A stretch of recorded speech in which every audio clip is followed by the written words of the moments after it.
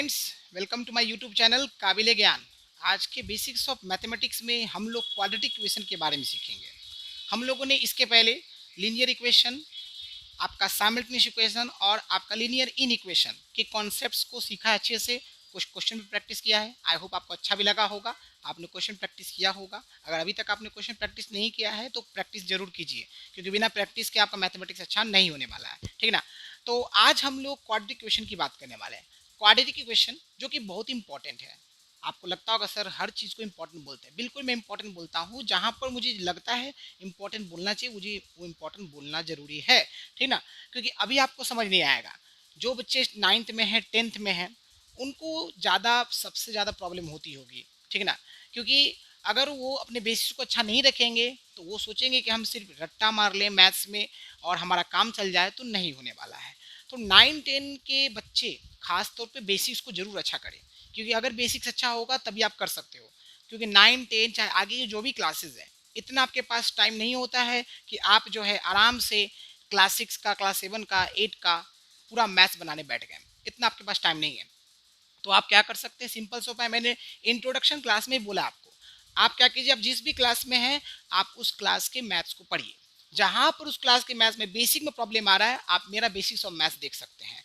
आप यहाँ से कॉन्सेप्ट को समझ लीजिए और फिर आप जिस भी कॉन्सेप्ट को अच्छे से और प्रैक्टिस करना चाहते हैं, आप उस क्वेश्चंस ढेर सारे बुक से आपको मिल जाएगा। आप कुछ क्वेश्चंस को प्रैक्टिस कर लीजिए और अपने बेसिक्स को अच्छा कर लीजिए। क्योंकि मैथमेटिक्स हो चाहे कोई भी सब्जेक्ट हो, अगर आपको उसमें इंटरेस्ट जगाना है, आप उसको स्ट्रॉन्ग बनाना चाहते हो, तो आपको कंटिन्यूअस 6 महीने या 1 साल लगातार देना पड़ेगा। स्ट्रगल तो है, लेकिन ये 6 महीने आपको बहुत अच्छा जो है बना देगा, ठीक ना। तो प्रैक्टिस के बिना तो मैथ्स आपका अच्छा नहीं हो सकता है। आप इसको दिमाग में फिट कर लीजिए, बिना प्रैक्टिस के नहीं होगा, तो आपको प्रैक्टिस करना ही पड़ेगा। तो चलिए, हमने बहुत कुछ आपको बोल दिया। तो यहाँ पर हम लोग आज जो है क्वाड्रेटिक इक्वेशन की बात करेंगे। क्वाड्रेटिक इक्वेशन होता क्या है पहले ये समझेंगे, और इसको सॉल्व कैसे किया जाता है वो सीखेंगे, ठीक है ना। ओके, चलिए देखिए। तो क्वाड्रेटिक इक्वेशन होता क्या है, कोई भी इक्वेशन जो आपका A X square plus B X plus C equal to 0 के फॉर्म में हो, जहां पर ए बी सी कांस्टेंट है और ए आपका 0 के इक्वल नहीं है, और यहाँ पर केवल एक ही वेरिएबल होगा जिसका मैक्सिमम पावर 2 होगा, ठीक है ना। वैसे इक्वेशन को बोलेंगे क्वाड्रेटिक इक्वेशन, ठीक है। ये मतलब समझ लिया हमने। हमारा मेन मकसद मैथ्स में कभी भी ये नहीं होता है कि हमारा व्हाट इज क्वाड्रेटिक इक्वेशन ये एग्जाम में आएगा, ये कभी नहीं आएगा। समझ रहे हैं ना आप।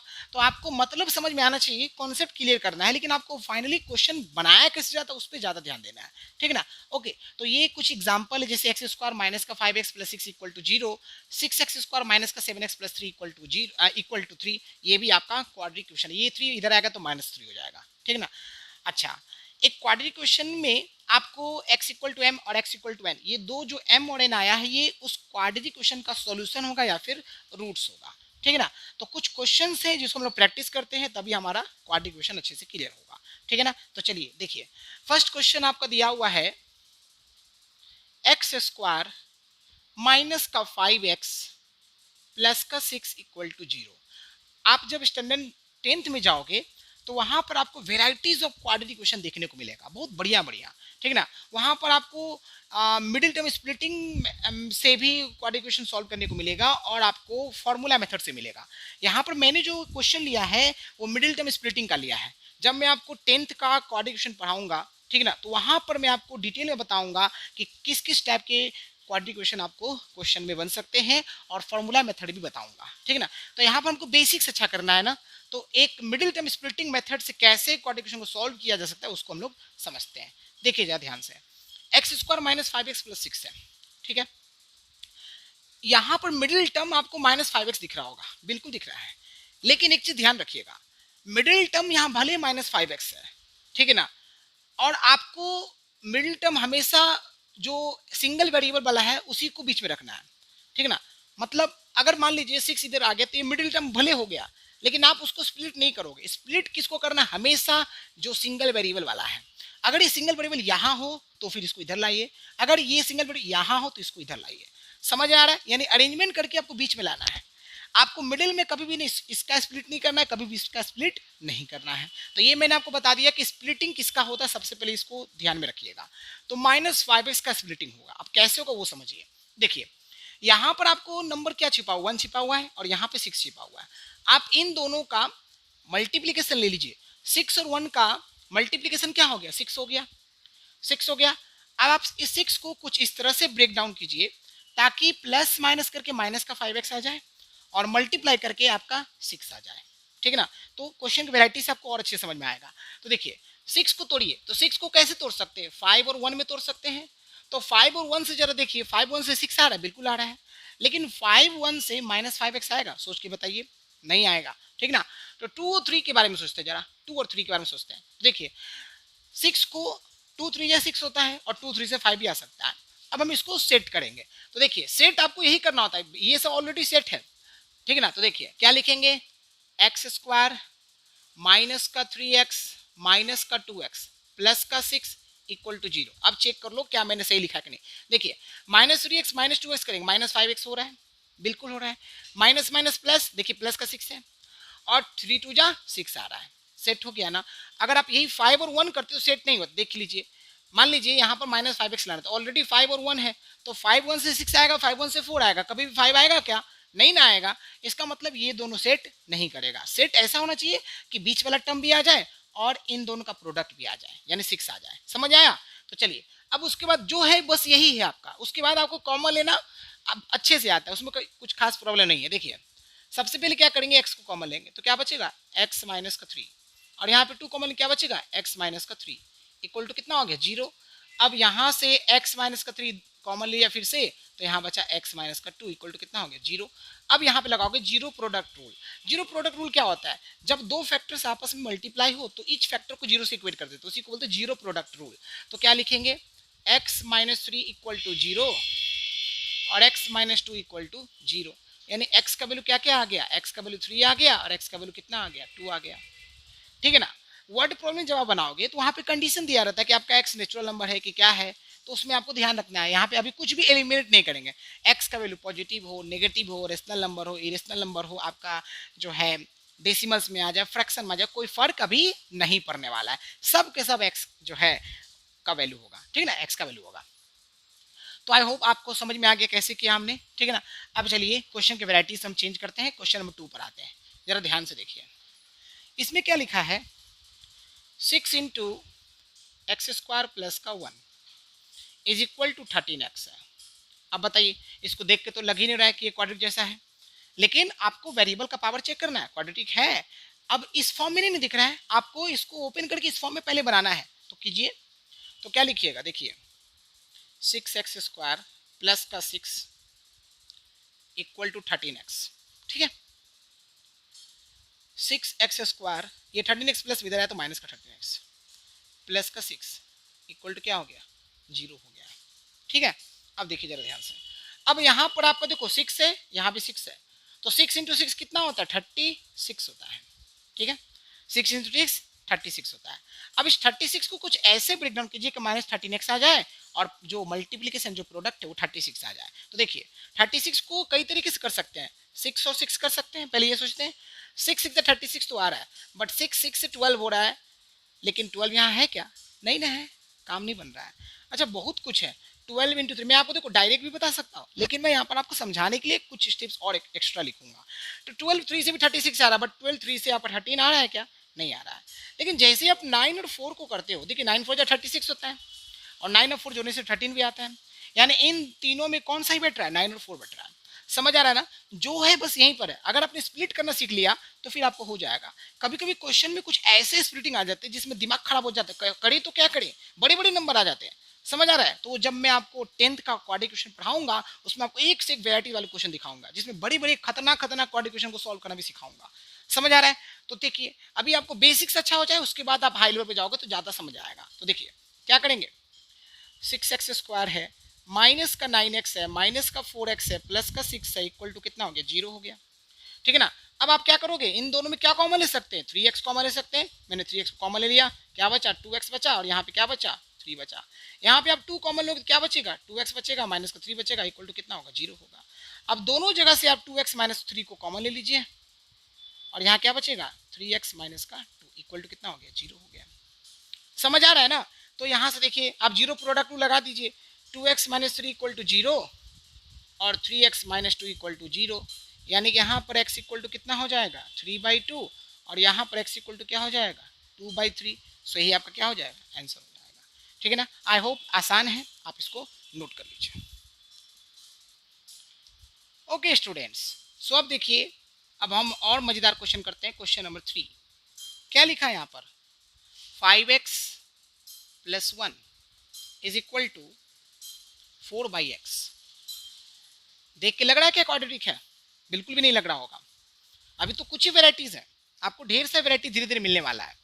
समझ आ रहा है ना, जब हम लोग इसको डिटेल में पढ़ेंगे तो यहाँ पर क्या करोगे, सबसे पहले क्रॉस मल्टीप्लाई कर देना। जैसे ही क्रॉस मल्टीप्लाई करोगे तो 5x इंटू एक्स क्या हो जाएगा 5x², और 1 इंटू एक्स क्या हो गया x इक्वल टू कितना हो गया 4। अब इस 4 को एडजस्ट कीजिए, तो 5x² प्लस का x और माइनस का 4 इक्वल टू कितना हो गया 0 हो गया। ठीक है ना। अब देखिए कितना खतरनाक है, यहाँ पर आपको 1 लाना है और 5 और 4 का मल्टीप्लिकेशन 20 होता है, तो 20 को ब्रेक डाउन कीजिए। कैसे ब्रेक डाउन कीजिएगा 5 और 4 में, एक ही उपाय है 5 और 4। 5 में से 4 माइनस करोगे तो 1 आएगा, 1 भी आ जाएगा और 5 4 20 भी हो रहा है। समझ आ रहा है ना। तो क्या करेंगे, सबसे पहले लिखेंगे 5x² प्लस का 5x माइनस का 4x माइनस का 4 इक्वल टू कितना 0। ठीक है। अब दोनों जगह से 5x को कॉमन ले लीजिए, तो क्या बचेगा x प्लस का 1, 4 कॉमन ले लीजिए तो क्या बचेगा x प्लस का 1 इक्वल टू 0। अब दोनों जगह x प्लस 1 है, कॉमन ले लिया, तो यहाँ क्या बचेगा 5x माइनस का 4 इक्वल टू कितना हो गया 0। तो x प्लस 1 इक्वल टू 0 और एक आ गया 5x माइनस 4 इक्वल टू 0। तो देयरफॉर x इक्वल टू एक आएगा माइनस का 1 और एक आएगा x इक्वल टू 4/5 आएगा। ये आपका क्या हो जाएगा आंसर हो जाएगा। नोट कर लीजिए, बहुत ही आसान है।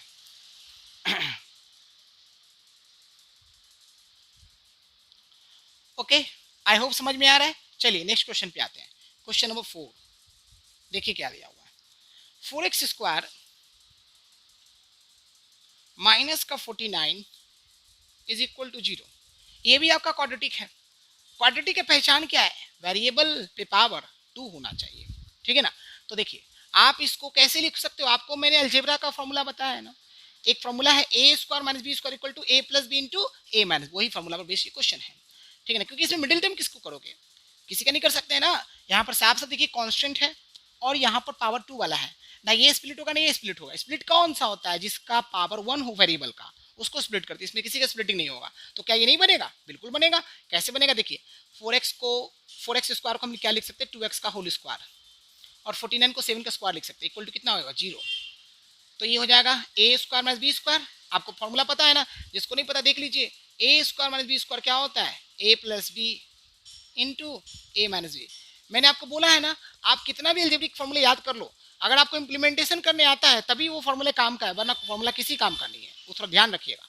तो ये क्या लिखोगे 2x प्लस का 7 और यहाँ क्या लिखोगे 2x माइनस का 7 इक्वल टू 0। तो एक बार लिखोगे 2x प्लस का 7 इक्वल टू 0 और एक बार लिखोगे 2x माइनस का 7 इक्वल टू 0। तो यहाँ पर हो जाएगा x इक्वल टू माइनस 7/2 और यहाँ हो जाएगा x इक्वल टू 7/2। ये आपका क्या हो जाएगा आंसर हो जाएगा। ठीक है ना। आप देखिए एक डायरेक्ट भी तरीका है, मैं आपको समझाने के लिए बता दे रहा हूँ। देखिए डायरेक्ट तरीका भी एक है 4x² इक्वल टू आप डायरेक्ट लिख दो 40 इक्वल टू 49। ठीक है ना। तो x² इक्वल टू आप लिख सकते हो 49/4 लिख सकते हो। तो x इक्वल टू क्या लिख देंगे स्क्वायर रूट ऑफ 49/4 कर देंगे। जब स्क्वायर रूट हटेगा तो प्लस माइनस क्या हो जाएगा 7/2 हो जाएगा। यही आपका आंसर है। 2 आएगा ना, क्योंकि x² है तो x का 2 वैल्यू हमेशा आएगा, इसलिए प्लस माइनस 7/2 ये भी कर सकते हो। समझ आया। ओके, जैसा क्वेश्चन का डिमांड है तो आप कर सकते हो, कोई जरूरी नहीं कि इसी मेथड से बना, वो भी मेथड आप लगा सकते हो। ठीक है। चलिए अब एक आखिरी क्वेश्चन पर आते हैं जो कि सबसे मजेदार क्वेश्चन है और थोड़ा सा आपके लिए डिफिकल्ट भी है। देखिए क्या लिखा हुआ है 4/x माइनस का 1 minus 3/x is equal to 5/x plus का 2 है। ये आपको दिया हुआ है। क्या करेंगे बाबू, सबसे पहले आप यहाँ पर x माइनस 1 और x कैल्सियम ले लीजिए। x माइनस 1 से x माइनस 1 चला गया, क्या बचा x बचा, 4x हो गया, माइनस x चला गया तो क्या बचा 3 into x minus 1 is equal to 5 divided by x plus का 2।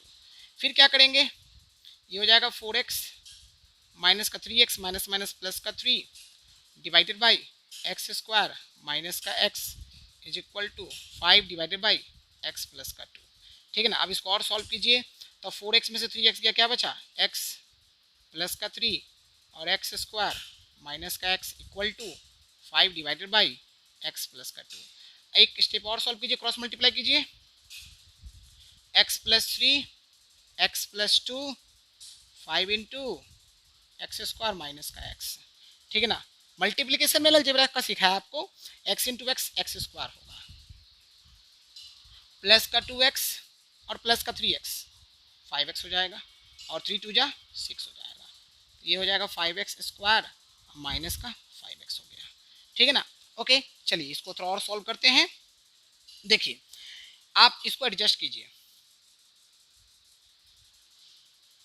5x स्क्वायर माइनस का x स्क्वायर माइनस का 5x और माइनस का 5x राइट और माइनस का 6 इक्वल टू कितना हो गया 0। क्या किया, 5x स्क्वायर को अपने जगह पे रहने दिया, एक्स स्क्वायर प्लस में तो उधर गया तो माइनस में हो गया, माइनस का 5x अपने जगह पर है, 5x प्लस में उधर गया तो माइनस का 5x हो जाएगा और प्लस का 6 उधर जाएगा तो माइनस का 6 हो जाएगा। ठीक है। सो 5x square minus x square 4x square minus 5x minus 5x minus का 10x माइनस का 6 इक्वल टू कितना 0 हो जाएगा, माइनस का 6 इक्वल टू 0। अब आप यहाँ से क्या कर सकते हो, तीनों में 2 कॉमन ले सकते हो। जैसे ही कॉमन लोगे तो यहाँ क्या बचेगा 2x स्क्वायर, यहाँ क्या बचेगा माइनस 5x और यहाँ क्या बचेगा आपका माइनस का 3 इक्वल टू कितना 0। अब 2 उधर जाकर डिवाइड हो जाएगा तो ये बन जाएगा 2x स्क्वायर माइनस का 5x माइनस का 3 इक्वल टू 0। अब आपको मिडिल टर्म स्प्लिटिंग करना है, माइनस 5x को स्प्लिट कीजिए तो आप क्या लिख सकते हैं 2x स्क्वायर माइनस का 6x प्लस का x माइनस का 3 इक्वल टू 0। जरा देखिए माइनस 6x में से प्लस x गया तो माइनस 5x आ गया और माइनस 6 इंटू 1 माइनस 11 हो, माइनस 6 हो रहा है। ठीक ना। ओके, तो यहाँ पर आप क्या कीजिए 2x को कॉमन लीजिए तो यहाँ बचेगा x माइनस का 3 और यहाँ पर 1 कॉमन लीजिए तो क्या बचेगा x माइनस 3 इक्वल टू कितना हो गया 0। दोनों जगह से आपने क्या किया x माइनस 3 को कॉमन ले लिया और यहाँ क्या बचा 2x प्लस का 1 इक्वल टू क्या हो गया 0 हो गया। So therefore x minus 3 equal to 0 और 2x प्लस 1 इक्वल टू 0। तो एक आपका x का वैल्यू कितना आ गया 3 आ गया और एक x का वैल्यू कितना आ गया माइनस 1/2 आ गया। ठीक है ना, इसको नोट कर लीजिए। तो स्टूडेंट्स इस तरह से हम लोगों ने क्वाड्रेटिक इक्वेशन भी सीख लिया। क्वाड्रेटिक इक्वेशन में मैंने आपको बताया कि क्वाड्रेटिक इक्वेशन क्या होता है, उसके रूट्स क्या होते हैं और क्वाड्रेटिक इक्वेशन को कैसे सॉल्व करते हैं। तो मैंने आपको केवल एक तरीका बताया है, middle term splitting. Middle term splitting में आपको जो सिंगल वेरिएबल है जिसका पावर 1 है उसी को स्प्लिट करना है। वो आपको पहले हो बाद में हो इक्वल टू के बाद हो इक्वल टू के पहले हो, आपको अरेंज करना है ax square plus bx plus c equal to 0। तो बीच में आ जाएगा और जैसे ही बीच में आ गया आपको हमेशा ध्यान रखना है मिडिल टर्म किसका करना है जिसपे वेरिएबल का पावर क्या हो मैक्सिमम 1 हो। समझ आ गया, उसको स्प्लिट कीजिए। स्प्लिट करने के लिए आपको हिट एंड ट्रायल मेथड लगाना पड़ेगा। यहाँ पर कोई रामबाण नहीं कि कोई ट्रिक है कि मैं आपको बता दूं एकदम यही हर बार होगा, ऐसा कुछ नहीं है। आप जैसे जैसे प्रैक्टिस करोगे आपको पता चल जाएगा। आपको हिट एंड ट्रायल मेथड लगाना आना चाहिए। समझ आ रहा है ना। कहीं पर 6 जो है 5 और 1 से बन जाता है काम, कहीं 6 जो है आपका 2 3 से बन जाता है, कहीं पर आपका जो है 4 2 से काम चल जाएगा। कई तरीके से बन सकता है, लेकिन आपको ध्यान रखना है कि प्लस माइनस करके आपका बीच वाला मिडिल स्प्लिट हो जाए और मल्टीप्लाई करने के बाद भी जो नंबर है वो सेटिस्फाई हो जाए। समझ आ रहा है ना। तो मैंने यहाँ पर आपको वेराइटीज ऑफ क्वेश्चन प्रैक्टिस कराया है, 5 तरह के क्वेश्चन प्रैक्टिस करवाए हैं। ठीक है, तो ये क्वेश्चन आपके लिए सफिशिएंट नहीं है। ये तो बेसिक्स ऑफ मैथ जिसमें आपको एक लेक्चर मिल रहा है, जिसमें आप सीख रहे हो कि क्वाड्रेटिक क्वेश्चन को कैसे बनाया जाता है, कैसे सॉल्व किया जाता है। आपको और अच्छे से प्रैक्टिस करने के लिए आप स्टैंडर्ड 9th, स्टैंडर्ड 10th और स्टैंडर्ड जो है 8 में भी कुछ क्वाड्रेटिक क्वेश्चन देखने को मिलेंगे। आप वहाँ से प्रैक्टिस कर सकते हैं और अपने क्वाड्रेटिक क्वेश्चन को अच्छे से सॉल्व कर सकते हैं। समझ आ गया स्टूडेंट्स। सो इस तरह से हम लोगों ने डिफरेंट टाइप्स ऑफ इक्वेशन सीख लिया है। अब हम लोग बहुत जल्द जो है basics of geometry, mensuration, trigonometry और भी कुछ बेसिक बातें जो आपका बेसिक्स ऑफ मैथ्स में रह गया है उसको मैं आपको सिखा दूंगा। ओके, सो आज के लिए बस इतना ही। Thank you everyone.